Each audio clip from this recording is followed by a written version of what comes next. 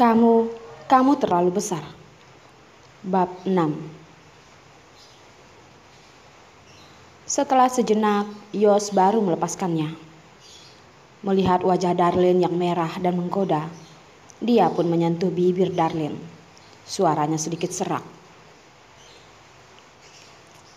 "Jangan naik, pergi ke tempatku ya." Apakah Darlene bisa menolak? Tatapan pria ini membuatnya sangat suka ini. Semua kata yang dia katakan pun membuat Darlene tidak bisa menolak. Dengan wajah merah, dia menyetujuinya. Mereka berdua sudah tidak bertemu selama 2 minggu lebih. Hati mereka sudah sangat tidak sabar. Barusan sampai di rumah, mereka dengan buru-buru berciuman.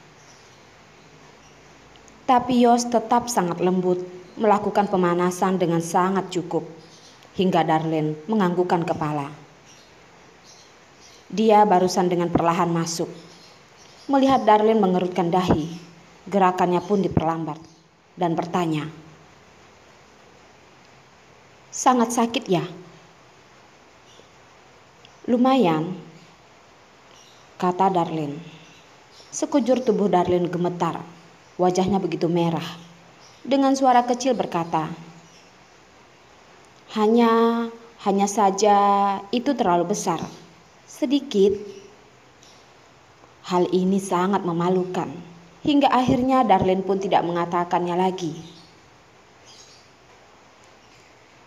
Masalah di ranjang mereka sangat banyak, tapi Darlene tetap tidak terbiasa dengan ukurannya.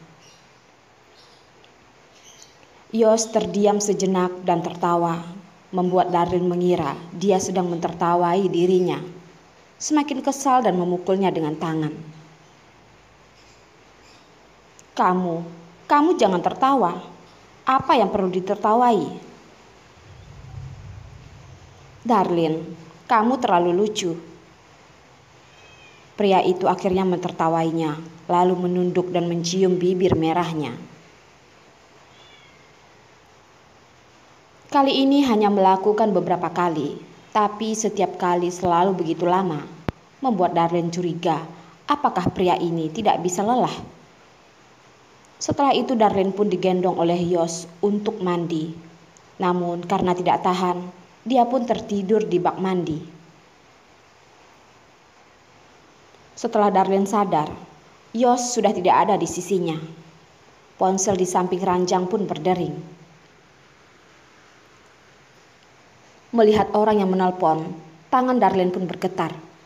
Akhirnya dia tetap mengangkatnya. "Jen, ada apa?" "Kamu masih berani mengatakan, aku sudah menelponmu berapa kali. Kenapa kamu tidak angkat?" Jen mengeluh, lalu menanyakan Darlene sibuk atau tidak. "Kalau kamu tidak sibuk, temani aku pergi jalan-jalan. Aku sangat bosan di hotel." Promosi di toko sudah selesai, jadi tidak perlu pergi setiap hari. Tentu saja dia tidak sibuk. Darlene tidak memikirkan dan langsung menyetujuinya. Setelah selesai telepon, saat turun dari ranjang, sepasang kakinya begitu pegal dan juga tidak bisa tertutup rapat. Memikirkan masalah romantis semalam, wajah Darlene pun menjadi sangat merah. Walaupun Yos sangat menjaganya, gerakannya juga tidak kasar, tapi benar-benar sudah terlalu lama membuatnya sedikit lemah. Lain kali, dia harus memperhatikan waktunya. Tidak akan membiarkan pria itu seenaknya lagi. Setelah Darlene selesai ganti baju dan keluar dari kamar, dia malah menyadari Yos masih belum pergi. "Kamu masih belum keluar?" tanya Darlene. "Cash di tanganku baru akan naik banding Jumat ini. Beberapa hari ini aku tidak sibuk. Pagi hari pergi atau tidak juga tidak masalah," kata Yos. melihat ke arah tubuhnya dan bertanya, "Kamu juga tidak ada urusan kan? Yakin tidak mau tidur lebih lama lagi?" Wajah Darlene pun langsung memerah dan melototinya. Kalau bukan karena pria ini yang begitu energik semalaman, tubuhnya juga tidak akan begitu pegal.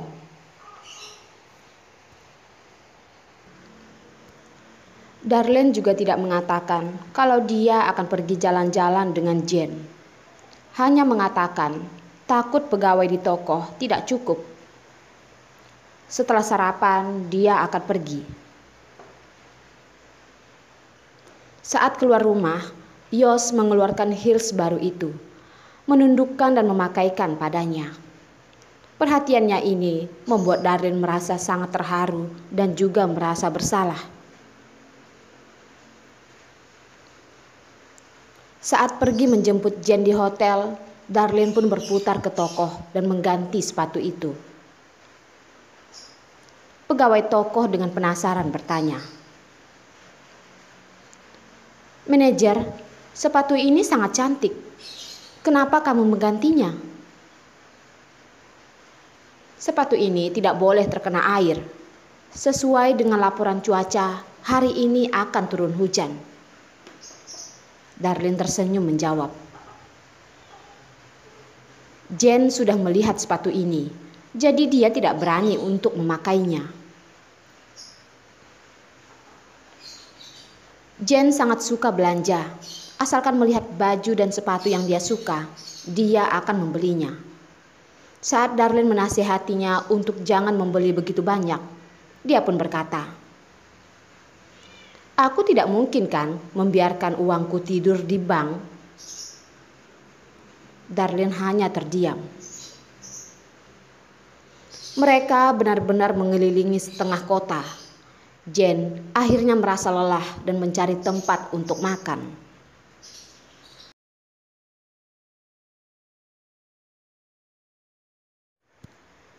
Cemburu tidak rela. Bab 7. Semalam Jane sudah mencari tahu dari temannya, mengetahui kalau Yos sudah jomblo beberapa tahun dan tidak pernah mencari pacar. "Darlene, kamu tahu kan, tidak lama lagi adalah hari ulang tahun sekolah kita. Kita yang ada di sini harus pergi menghadirinya." "Yang kamu katakan benar. Selama ini Yos tidak ada pacar. Dia pasti masih menyukaiku. Aku memutuskan untuk mengungkapkan perasaanku padanya di hari ulang tahun sekolah nanti, di hadapan semua guru dan murid-murid. Dengan begitu, tidak peduli bagaimanapun dia, pasti tidak akan menolakku,"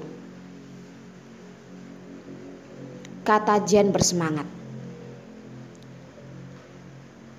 "Ah, benarkah?" Darlene memegang pisau dan garpu di tangannya dengan erat, tertawa dan berkata, "Aku masih memikirkan bagaimana membantumu. Idemu bahkan sudah keluar. Sangat bagus. Aku mendukungmu, Jane." Jane tersenyum dan berkata, "Mana ada, sampai saat itu kamu harus tetap membantuku." Setelah itu, Darlene pun ditarik Jane ke toko berlian. Dia bilang ingin membeli sepasang cincin. Saat Jane memberikan ukuran tangan pria pada pegawai toko, senyuman di wajah Darlene pun membeku. Hatinya sangat sedih. Jane memilih sepasang cincin platinum yang elegan dan memperlihatkannya pada Darlene. "Darlene, apakah cincin ini cantik?" Darlene menganggukkan kepala dan berkata, Sangat cantik.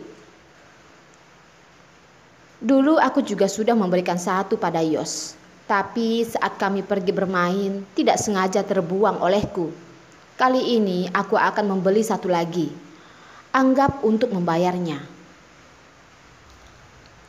Apapun yang dikatakan Jane, Darlene tidak mendengarnya. Dia hanya merasa telinganya berdengung. Sekujur tubuhnya merasa tidak nyaman. Dia sangat cemburu dan juga tidak rela. Tapi apa yang bisa dia lakukan? Jen dan Yos adalah sepasang kekasih, dan dia hanyalah seorang simpanan. Yos tidak pernah mengungkit siapa dirinya di depan teman baiknya. Darlene berpikir, ya sudah, kalau cinta hilang, tapi dia tidak boleh kehilangan temannya. Dia dan Jen sudah seperti kakak adik kandung. Begitu baik, sampai selain pacar, apapun bisa saling berbagi. Dan dari awal memang dirinya lah yang merebut Yos. Setelah memikirkan ini, Darlene pun memegang tangan Jen. Dengan sangat serius dia berkata, "Tidak peduli dengan cara apapun, aku tetap akan membantumu dan Yos kembali bersama. Percaya padaku." "Ada apa denganmu? Kenapa tiba-tiba begitu menggelikan?" Jen menarik tangannya, tertawa, lanjut berkata, "Aku katakan padamu, aku bukan lesbi. Walaupun kamu menyukaiku, aku juga tidak akan peduli, mengerti?" Darlene tertawa. "Ya, mungkin suatu hari nanti kamu mungkin akan menyukaiku." Mereka pun tertawa bersama. Malam ini Darlene menemani Jen tinggal di hotel. Mereka membicarakan topik yang dalam. Jen menceritakan semua hal menarik di Melbourne dan juga menunjukkan bekas pisau di perutnya. Mengatakan itu karena melahirkan putrinya. "Dokter mengatakan panggulku terlalu kecil, akan susah melahirkan. Aku juga mengikuti saran dokter untuk memilih operasi sesar. Saat itu, setelah aku melahirkan putriku, aku pun berpikir, kedepannya aku juga akan melahirkan putri yang lucu untuk Yos, lalu tidak akan melahirkan lagi." "Benarkah?" Darlene melihat bekas pisau jelek yang ada di perut Jen. Tidak bisa menahan dan bertanya, "Kalau begitu, bagaimana sikap James padamu? Apa yang dia katakan saat kamu kembali?" "Dia menyukaiku, tapi aku mengatakan dengan jelas padanya kalau aku tidak menyukainya." Jen berkata, sikapnya sama sekali tidak berubah.